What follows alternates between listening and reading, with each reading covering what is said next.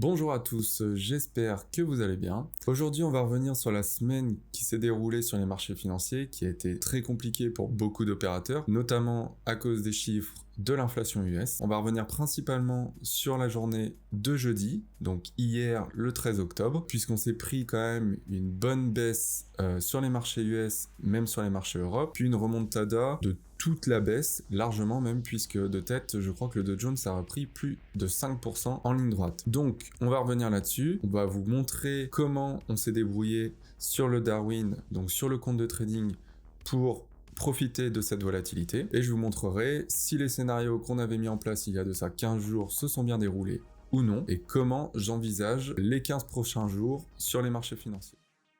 Je précise, comme toujours, que cette vidéo n'est en rien un conseil en investissement financier, que tous les scénarios qui seront présentés ne doivent pas être suivis à la lettre. Bon, je vous précise une chose, je tourne cette vidéo, il est 16h27 et nous sommes le 14 octobre 2022, donc le vendredi, la dernière séance de la semaine. On est vraiment entre deux eaux, donc c'est-à-dire qu'on a fait le non-croisement baissier jour qu'on avait indiqué depuis à peu près 3 semaines.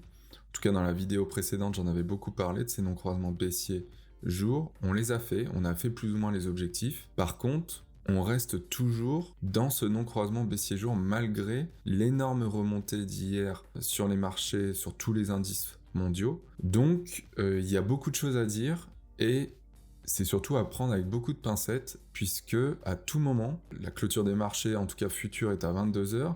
Aux US, les cash sont à 22h. À tout moment, tout ce que je peux dire là actuellement peut devenir caduc demain. Donc je tiens à le préciser. Par contre, je vais vous donner des scénarios qui vont permettre d'envisager les deux possibilités. De mon côté, j'ai un biais baissier si on reste sous des niveaux en clôture ce jour. Au-delà de ces clôtures, je passerai haussier semaine prochaine. Donc, pour commencer avec le CAC 40. Le CAC 40, on voit bien qu'on a fait les objectifs donc du non-croisement.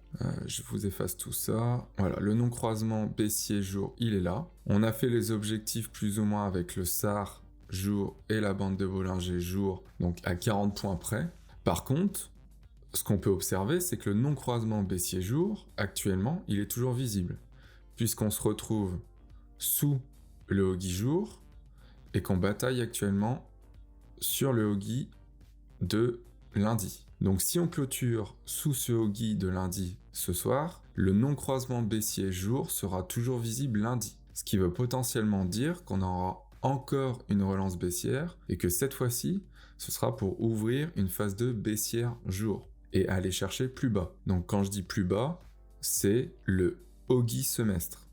Donc on a fait plus ou moins le trait noir que j'avais indiqué il y a de ça un mois. On a rebondi dessus, pile poil d'ailleurs. Mais désormais, ce que je vise, c'est ce Hogi semestre à 5538 points. Donc pour moi, cette clôture sous ce trait bleu, à 5936 ce soir, sera l'indicateur de la possible phase de baissière jour sur le CAC. Pour ce qui est du DAX, c'est à peu près la même config, puisque on a également ce non-croisement baissier jour, ici. On a pratiquement touché le SAR jour et la bande de Bollinger inférieure jour. Moi, ce que j'observe, c'est que nous sommes sous le Hogi jour, donc M7 jour reste baissière, et on bataille également autour du Hogi de lundi. Donc si on ferme, on clôture ce soir sous le Hogi de lundi, M7 jour restera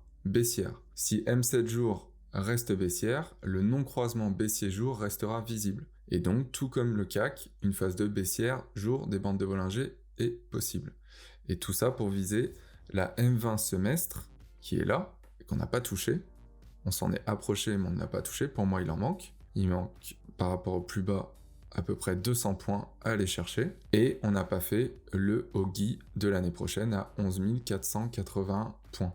Pour moi, il y a encore pas mal de choses à faire. Pour le Stoxx, c'est le même principe, sauf que c'est beaucoup plus visible et beaucoup plus propre, puisqu'il a échoué pile sous son Hogi jour. Le Hogi de lundi est là, donc le non-croisement, il est bien là. Non-croisement baissier jour. On a bien fait les objectifs du SAR jour, puis de la bande de Bollinger jour, donc beaucoup plus propre que les deux indices précédents. Maintenant, ce qui me manque, c'est donc bien cette clôture ce soir sous 3433, donc qui est le Ogi de lundi. Et si on clôture là-dessous, j'envisage pour la semaine prochaine d'aller chercher la M20 année.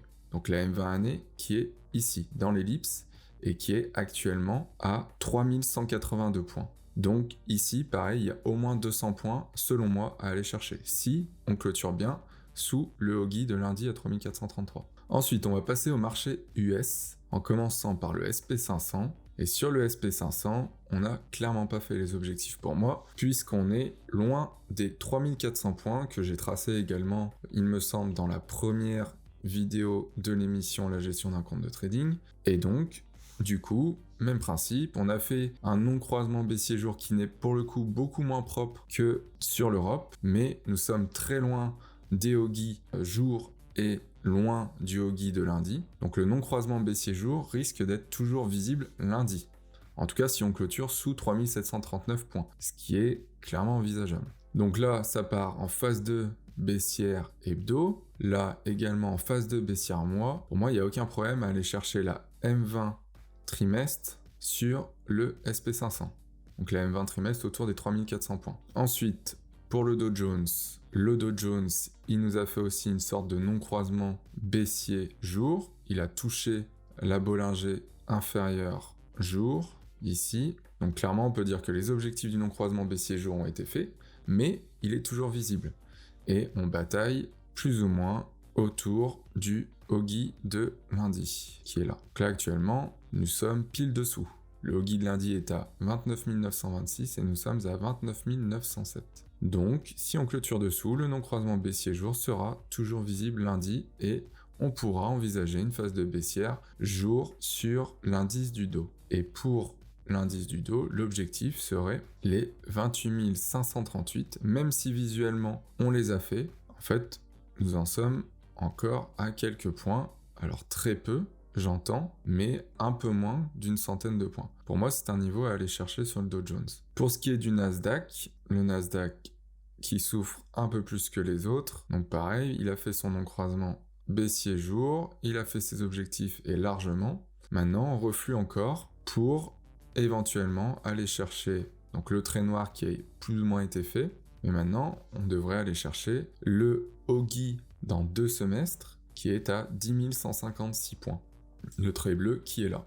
Et éventuellement, par extension, on pourra aller chercher la M7 année, qui est pour le moment à 9 487 points. De toute manière, dans les phases de baissière mois qui sont en train de se faire, plus les phases de baissière hebdo, bon, il y a peu de chances de s'en sortir sans casse.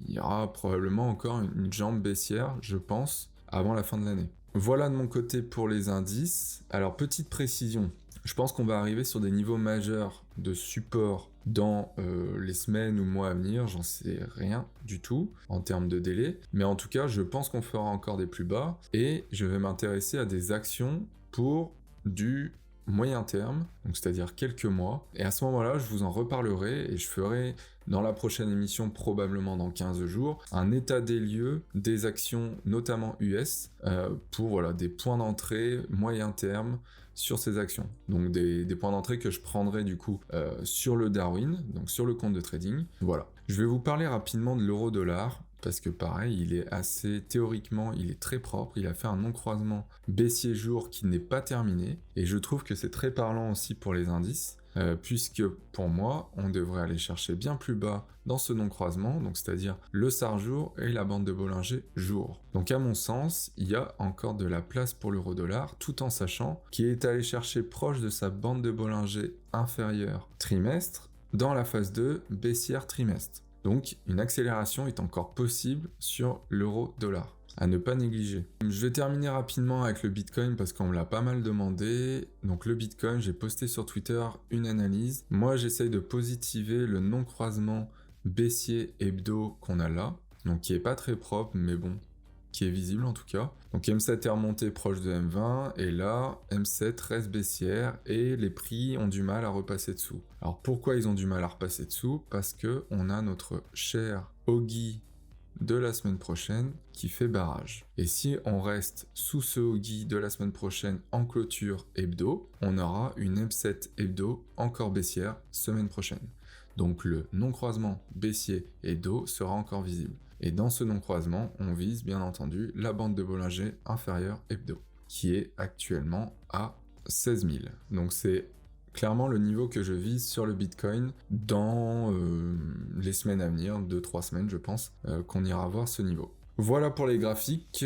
Donc pour résumer, une clôture sous les Ogi de lundi sont à privilégier pour une continuité de la baisse. Au-delà, si on clôture au-dessus de ces Ogi, je passerai haussier semaine prochaine. Mais je reste attentif quand même à une dernière baisse, probablement, pour cette année. Et s'il doit y avoir une dernière baisse cette année, ce sera avec un arbitrage aujourd'hui, je pense, donc une clôture soit au-dessus, soit en dessous du Ogi de lundi. Voilà pour les graphiques, j'espère que ça vous aura plu.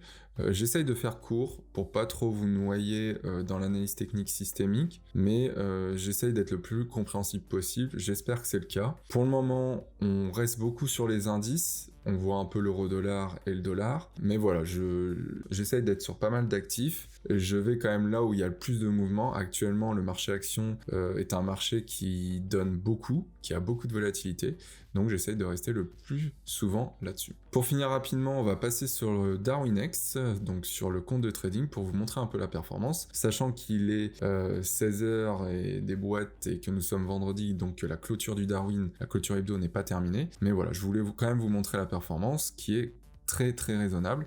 Alors, je souligne tout de même qu'il y a eu beaucoup de volatilité et qu'on s'en est beaucoup servi avec Boris ces dernières semaines. Je disais déjà ça la dernière fois, mais il faut pas s'attendre à des performances comme ça tout le temps. Là, je pense que voilà, la volatilité nous a beaucoup aidé et que les scénarios qu'on avait mis en place ont été pris en compte et que apparemment ça a pas mal payé. Donc voilà, allez, on passe sur Darwinex. Bon, voilà pour ce qui est de la performance du compte de Darwinex.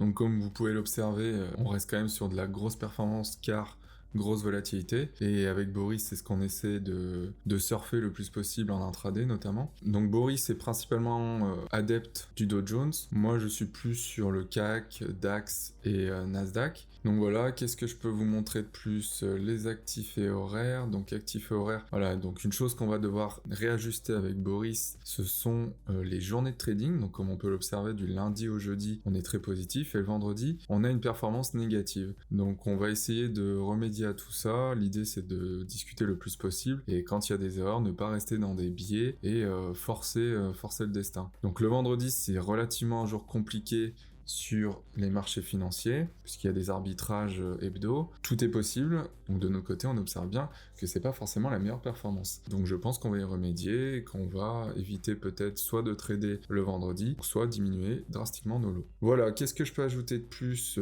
Donc on observe bien de toute manière que voilà, on a 76,92% de jours gagnants, 96% de semaines gagnantes, donc pour l'instant tout roule. On fait attention, on essaie de pas rentrer dans une euphorie étant donné la performance.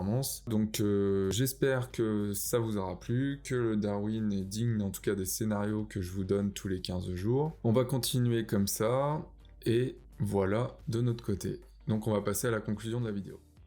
En tout cas, j'espère que cette vidéo vous aura plu. Moi, j'ai toujours autant de plaisir, voire plus, à les faire. Comme d'habitude, je mets le lien du Darwin dans la description, donc qui vous permet d'accéder 24 heures sur 24 à la performance du compte. Donc voilà, vous pouvez mettre en parallèle les scénarios que je vous montre tous les 15 jours, puis la performance qu'on fait avec Boris sur le compte, ce qui vous permet d'avoir un réel suivi du compte. Ensuite, et pour terminer, je vais vous mettre comme d'habitude la petite vignette à la fin de la vidéo des bases de l'analyse technique systémique que j'avais fait il y a de ça quelques mois, mais qui est toujours valable. Et également, je vous invite à partager, à liker la vidéo et à me faire des retours positifs ou négatifs dès lors qu'ils sont argumentés, il n'y a aucun problème. Donc voilà, je vous souhaite une bonne journée et à bientôt.